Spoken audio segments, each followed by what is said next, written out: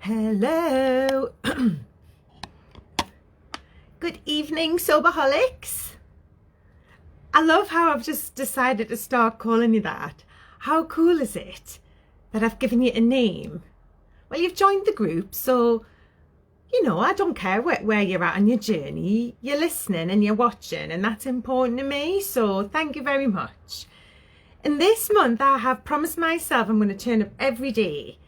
It's obviously for my own self because I'm really keen to get my message out there, okay? But as well, I want to turn up for you guys because I'm aware that a lot of people, whether you're in lockdown or not, Christmas is coming up, whether you're planning to drink then or not, don't wait till January.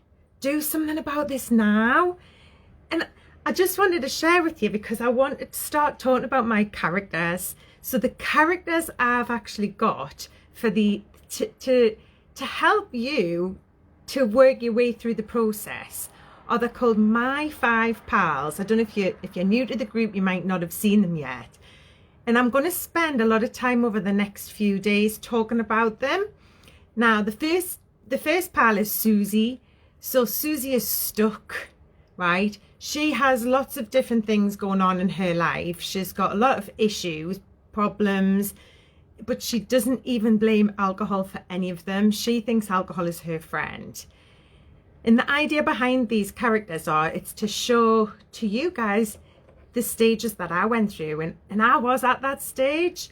I was fed up with my business. I was sick of my working day, and I was sick of, the business that I had chosen. It was causing problems in my relationship. It was just awful. And I think looking back, I thought that alcohol was helping me through that. And actually, it was making everything worse. And I think it's just getting yourself on a new level of normal. In the video, I think Cut Down or Quit, there's a diagram of your level of normal is here. And when you're drinking all the time, your level of normal goes down. So you've got further to go, and that's like your tolerance. So your tolerance increases. You need more of the stuff to feel the same sort of buzz. And that was the situation that I found myself in when I was stuck in a cycle of drink, regret, and repeat. It was just going round and round and round like that. And I suppose I was just doing the hard bit. It's kind of like when you go to give up anything, it's always hard at the beginning. I keep thinking of it like a relationship breakdown. So at the beginning, you're heartbroken, even if it's what you want, because it's a big change in your life. It's something that's massively going to be different for you. And there is something to be said in just saying, right, today I'm choosing not to drink. Not today. It's not going to be for me today. And whether that's thinking about one day at a time or what. But back to Susie. Susie is my character who represents stage one of the process. Now, you guys, because you're on this page and because you're watching and you're looking at sober life, even if it's somebody else's sober life, you're further on than Susie because you know that this is possible for someone, and hopefully someone who you can relate to. Because when I was stuck like Susie, I didn't know anyone who didn't drink. So, of course, I thought people who didn't drink were a bit strange. I did. I thought, well, why would you do that? I didn't get it. Why the hell would you not drink? So I'm hoping that none of you on here are thinking that, because you wouldn't be here otherwise. So I just want you to be thinking about, over the next few hours, if you're tempted to have a drink, to think about the bigger picture. And if it really is a struggle for you, I do have an email that I can send out to you with questions on that I would be asking you to ask yourself at this stage to find out, are you ready? Is it what you really want? So you can start to change. It's not something that I would put on here because it's asking you, like, what is it that's brought you to this decision? Is it, and for that could be personal for a lot of people. And I'm not expecting you to share it with me. It's just more like a journal prompt for you, really. But I think if it was just on your Facebook, it wouldn't look right. It would look like I was being really judgy. So I'm kind of putting the ball in your court to say, if you really want this help and you're serious, take a step closer, send me a message, and I'll send out this email with a few questions on to get you some journal prompts going and really get you some awareness as to where you're at now, and is this the right time? Okay, so that's it. It's a serious one, but it's really confirming that you're not on the fence between Susie and Ollie. It's pushing you in Ollie's zone, really, this email will. So if you find yourself kept getting pulled back into thinking, is it a good idea? Is it not a good idea? Do I need to look at this? Do I not? If you're really on the fence with that, then this email is for you. This email is for Susie. It's to prompt some thinking in Susie's mind if you're at that stage and you're asking to be pushed into the Ollie zone. All right? Yeah, I'm happy with that explanation. I'm hoping that you understood that. Does that make sense? Can I have some comments? I keep switching off and then I look and there's comments, but the comments must have like a delay. I'll say, hi Louise, hi Gail. Now this doesn't tell me who's watching. It says there's 5 others watching, but it doesn't tell me who you are. No comments. And then when I switch it off, I go, oh, I didn't say hello back. Oh, Louise is there. Louise is always there. Hi Louise, how are you doing? We're going to do a video. I've been thinking about you, Louise. I've got another plan. I wonder if anybody in the group, is there anyone in the group who specialises in adult learning difficulties, or who has a contact? Someone who knows stuff about that I could get in touch with. Because Louise has been really open and she's been really happy to share her story. We've got her on YouTube and I'll share it tonight for anyone who hasn't seen it. Louise was told she needed to stop drinking. She went to the doctors, I think, with anxiety, and she was told with the medication to stop drinking. And Louise has already shared this, so I'm not sharing anything that she hasn't been, happy to share herself, and she's actually given me that permission. And what happened was she was told just to stop drinking, and she was given a telephone number of someone to ring to see if she could get some support. And it was Talking Matters, and she didn't get anywhere with that.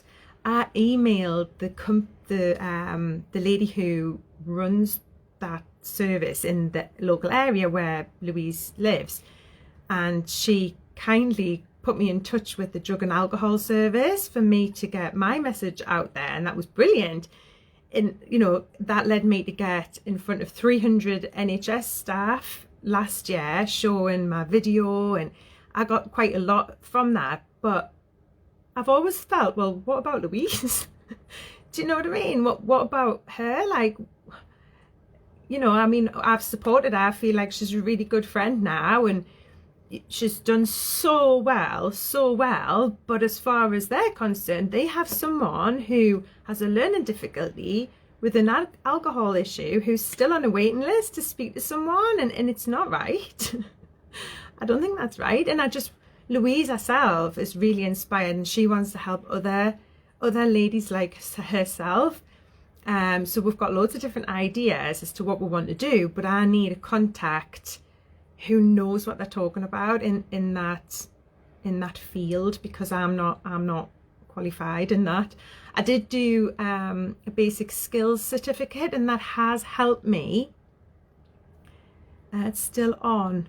That has helped me because it's helped me to simplify the way that I'm delivering, and Louise has really helped me to do that, which is best for everyone. Oh, she's still on the waiting list. So she's still on the waiting list, and how long ago was that? It's not right. And I just think, like, you know, what I don't want to do is step forward and say that I'll help people when I'm not qualified to do that. I want somebody with specialist knowledge in that area, adult learning difficulties, to look at my program and tell me if there's something missing, tell me if I need to include anything more. Is it, you know, before I try and push that. But she's been waiting for over a year. We did think about making it into like a magazine for her friends, because Louise works at it's like a council run scheme, I think, and she makes proggy mats and they do all sorts. So there's quite a few of our colleagues who would benefit from the same support, and I'm hesitant to step forward because I feel like that specialist knowledge is missing, and I just need to find somebody with that knowledge, which I think we'll be able to find them now, Louise. I think we're getting ourselves out and about now. People are starting to listen to her, so I'm quite confident we'll find somebody who'll help her with that. All right. So that's it from me and Susie and Louise. And oh, yeah, if you're thinking about it, just not today.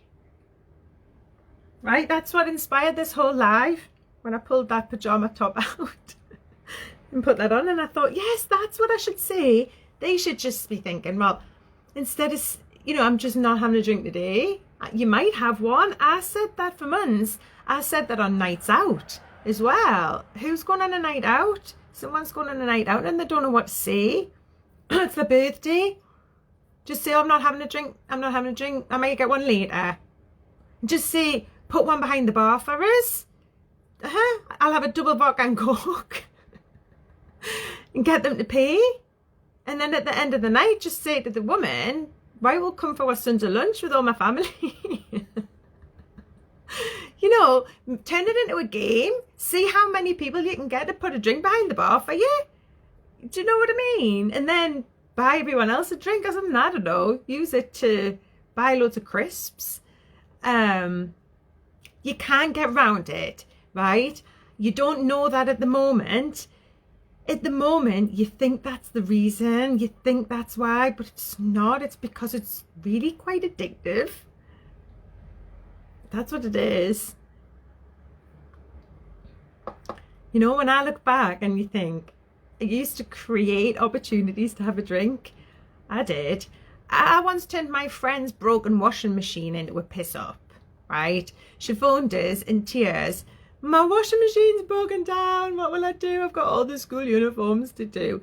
And I said, come to my house and bring wine.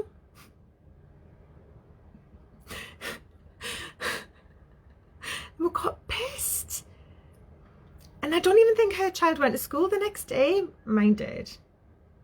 I don't know. I don't think it did. But like, what's that all about? That's just ridiculous. And I can't blame her for that. That was my doing. I drank that wine, right? It was me. It was me.